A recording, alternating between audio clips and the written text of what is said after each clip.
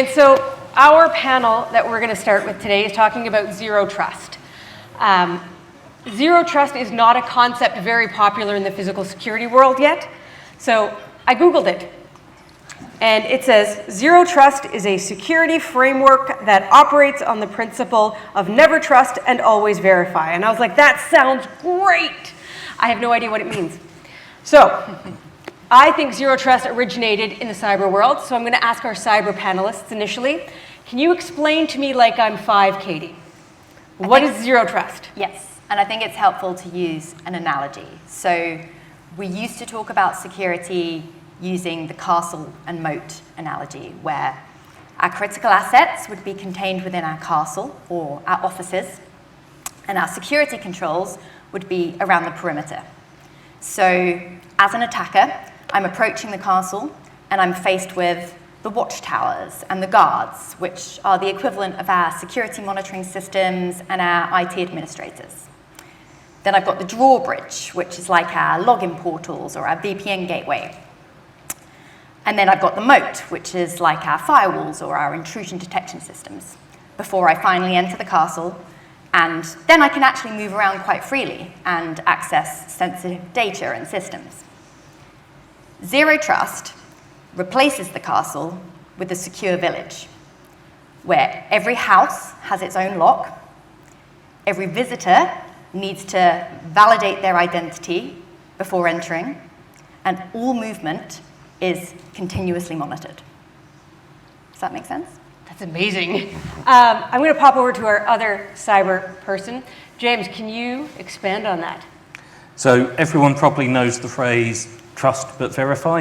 Yes. It removes the trust but bit from that. So in theory, in zero trust, every single action an entity takes within the system, whether it's human, whether it's technical, is verified against, and this is where the paradox kicks in, a trusted external authority. So zero trust just means putting all of your trust in an external place instead of in the actor.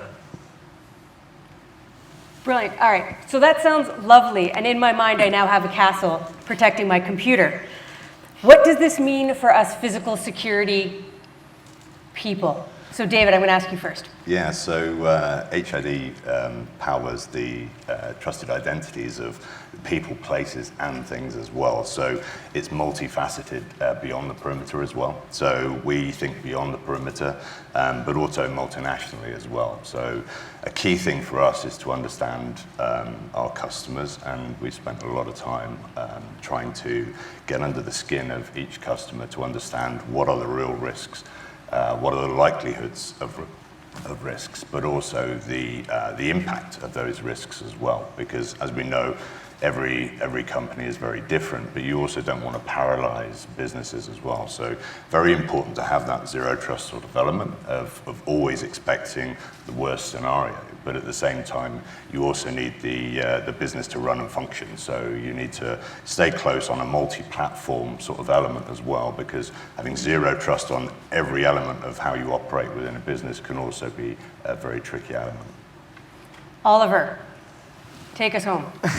No, I think if we apply that to security, physical security with access control, fundamentally it comes down to least privileges available to operate effectively. And it is as simple as that. The challenge is implementing it. Fundamentally is you've got things like privilege creep, you've got things like recertifications or approvals. That's great in theory, but if it's not user-friendly, people aren't going to use it in the first place. So you kind of have that balance between security and user experience, operational versus convenience. And that's really where physical security has struggled, and I think cybersecurity has, or is certainly a lot more evolved in actually being able to do things effectively and in the right way. Sounds very negative until now, where actually there is a lot more focus on the user's experience to be able to recertify or request permissions or request credentials or access or whatever else that might be, but it's a lot more user orientated without compromising the zero trust, without compromising the castle or the secure village. So I think one of the biggest buzzwords we've heard in security for probably the last decade is convergent security, convergent security. What is zero trust?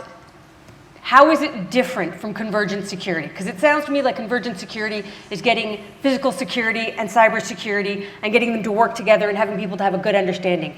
So we start throwing new terminology at people, and James, I might start with you. So to my view, zero trust is orthogonal to convergent security. It's a particular model of doing security, whether it's physical, whether it's cyber, doesn't really matter, whereas convergence is about bringing the different domains together. So you can apply zero trust to anything, doesn't matter if it's cyber. Cyber's a bit further ahead, purely because it's a lot easier to apply it to computers than people. That's the reason cyber's further ahead. We've got the easy job. But it's separate to convergence. It's entirely different, it's off to one side. Convergence is about recognizing that there is only security. The domains don't matter. Oh, I love that. The domains don't matter. All right. So specifically for Katie and James then. I'll come back to you guys, don't worry about it. Is this a cyber issue? Should our security managers in the room be saying, this is all insanity to me, I'm going to get somebody who's a cyber specialist and they will just apply zero trust to my systems? No, it's not just a cyber issue, because you can have all the cyber controls in the world, but if your people unwittingly hand over their credentials, or they hold the physical or the metaphorical door open to an attacker, then you're no better off. To me, convergence is thinking like the attacker, and as a threat actor, I'm going to take the path of least resistance. I'm going to exploit cyber and physical security vulnerabilities, usually with people being the weakest link. And zero trust is the response to that converged attack. We assume that the attacker has already breached the perimeter, and zero trust principles just help us limit their access and reduce the impact. All right, so specifically, Oliver, David, I will touch on the physical part now. This sounds lovely. What does it mean in reality? What does it mean to our physical applications, our changes, our operational procedures?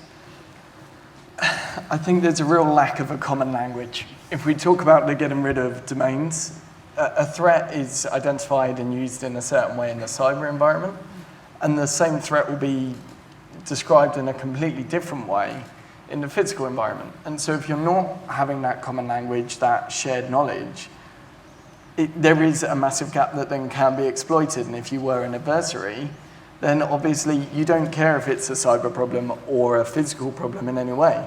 In fact, that's an opportunity for you. So exactly the same thing is then applying that to say, right, well, what do we do? How can we counter that, mitigate that?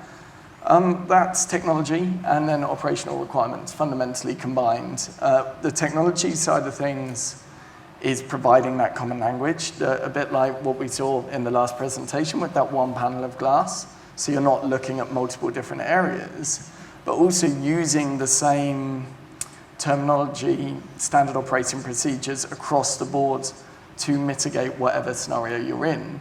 Doesn't matter if it's a cyber threat, it doesn't matter if it's a physical threat, but actually then not just being aware, but responding to that. So things like if someone is within the castle, I like the analogy, so I'm going to hijack it from that side of things. If someone is within the castle, typically what happens is that threat's identified, and then you block access in a physical environment. You say, okay, and then you send a guard to respond to that. But the problem with that being is that there's not necessarily that communication to the IT team to say, actually, there is a threat and a risk that the whole organization is facing, but it's very siloed, as other presentations said, to say, I'm going to deal with this because this is my problem. It's not their problem, it's everyone's problem. And it might be the same adversary then gains access to the network, as a perfect example. So actually being able to combine that with a converged aspect and zero trust aspect to respond with physical and logical access is one mitigation factor. Technology can now help with that. We are in the physical environment certainly catching up. But actually that gives a really nice opportunity to learn from lessons that cyber have already gone through. with, as we said earlier, recertification models, approvals, privilege access, all of the above, actually just issuing the user's experience and credentials.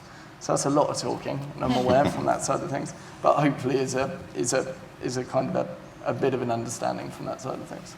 David, did you want to add anything? That was a good answer. So I think from our perspective, it's multifaceted. So I think we can certainly learn things from the cyberspace and vice versa. And I think we have to think of things from the perspective of the individual organization as well, and actually outcome driven rather than necessarily input. So there will be a risk for a certain business that is, it depends on whether it's a physical space that is highly sought after or whether it's the cyberspace. But even within a physical hardware organization, we have more and more sort of cyber IT-related propositions and solutions that are coming along as well, requiring far more cyber focus from our perspective. So we're in no way just a physical security company. But I think understanding the risks, understanding those risks, and also taking customers and customers through that journey is important as well. So there may be an apathy to sort of move forward, or cultural norms that maybe have changed over time that are used to be operating in a certain way that maybe have evolved quicker within the cyberspace that maybe some of the physical space needs to maybe catch up a little bit. So there's no point in having the front door open with the back door fully locked. So I think it needs a multifaceted approach, and this is where we sort of need to help as experts, but also we need people within the industry to help each other as well, which is something we've really focused on, is trying to use events and community events and bringing together some experts within the industry to sort of help each other along this journey as well. So where others are struggling or have advantage, trying to help each other sort of move forward. So I guess my next question would be specifically for James and Katie. If you are the gurus of IT security, cybersecurity, and we are the babes in the woods, what is your advice to physical security who's now looking at Zero Trust and saying that is a really cool idea? What are the pitfalls? What are the things I should strive for? What's your advice to the babes in the woods who are now starting down this path of looking at how we can take a concept like Zero Trust and apply it to an operational setting? I think you've got to continue thinking like the attacker. So when it comes to physical security, where do your critical assets reside, whether they're physical assets or data assets? And if you're the attacker, how are you going to compromise them? You can't protect everything all at once, so you have to prioritize. And in physical security, you can adopt Zero Trust principles, but it's more about layers of security. So work out how the threat actor is going to maneuver their way towards your crown jewels that should be kept deep within the keep, and then apply your security controls in layers to defend against that. James. Don't fall for the marketing hype. So going back to Oliver's mention about language, Zero Trust is not a new concept. The model's about 12 years old. The actual principles behind it go back to the 1970s, papers written then, and the principles behind that go back millennia. So none of this is new. We've just got new language for it because it's much easier to sell a Zero Trust model than it is least privilege or verify everything. So when you come across these new terms, recognize they are usually just rebadging of very old ideas. Take those old ideas, apply them, but don't go down the route of thinking it somehow matters because it's got a new name. Very interesting. All right, so having heard the advice from our cybersecurity leaders, and we sit here as physical security experts, if you could write one big thing on the screen for people to take away, for people to remember, Oliver, what's your advice, your one takeaway, that if people forget everything else that they've heard in the last 15 minutes? Yeah, good question. In one word? No. Okay, so okay, I never do anything in one word. I think it's in the balance of, yeah, fundamentally the risk appetite versus user experience, and then the business impact as discussed as well. It doesn't really matter if it's a physical technology system or if it's traditional man guiding, whatever that might be. It's make it usable. Fundamentally, make whatever you're doing usable, from a user issuing a badge, a card, a mobile credential, all the way through to an operator mitigating a threat. So, sorry? I have a follow-up question for you, and I will give you a chance to answer, don't worry. Okay. You've said user experience several times. It seems to be in contrast with the idea of zero trust, right? User experience is we want people to come in and use our facilities and engage and buy in and enjoy their experience interacting with our organizations. How do you prioritize user experience when we've created all of these layers that make it difficult for people to get through? Because these two seem like they're very contrary ideas. So Oliver, since you brought it up. I think fundamentally it's communication. And I won't be the first person, I think Rick's used it before as well. The Uber analogy, people started using Uber a lot more when they put the map on from that side of things. It doesn't make the vehicle turn up any quicker, but you're actually informing the user of the situation that they're in. And it's exactly the same, whether that's a communication via an email, a text, if you've got a mobile application that you want to do with your system from that side of things. It's all about communication. For me, that is user experience. And then, yeah, okay, I'll leave that at that, sorry. David, both questions to you actually. What's your one takeaway for everybody, and then how do you combine that with a good user experience? Okay, so one takeaway would be to consider the options and basically look to work with partners like ourselves, but also other people in the room to communicate and talk about security in a far more detailed way to understand a little bit more.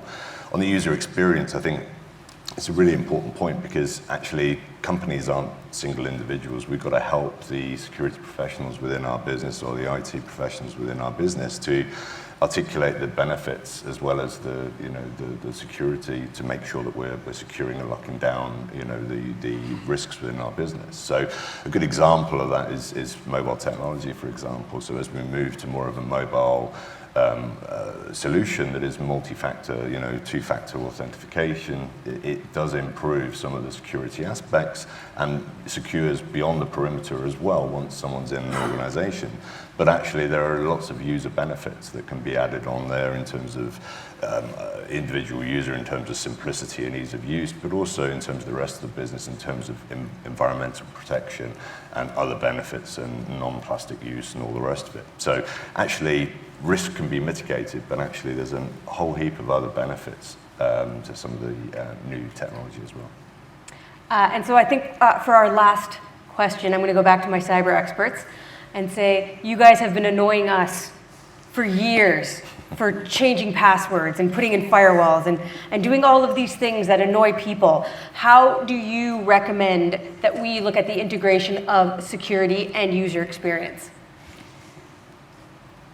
You're right to say that zero trust, absolute zero trust, is in contravention with a good user experience. You've got the human error factor, you've got operational trade-offs, you've got legacy systems, you've got resource and budgets that you've got to contend with. So just put your attacker hat on and apply those controls by prioritizing them and test them. One of the founding principles of computer security back in, I think it was 1976, can't remember the exact paper, was psychological acceptability. And that meant making sure people will actually use the thing. Because if you've made it so difficult to use, it doesn't matter how secure it is, it's pointless. So this is actually on us as cyber people to do better at that user experience, do better at making it easy to use, making the right thing easy. So that is us out of time. I want to thank all the panelists very much for your participation today. Thank everyone for humoring me when I made you all stand up. And if anyone has any questions, I believe all the panelists will be around for the day if you have any questions. Thank you so much.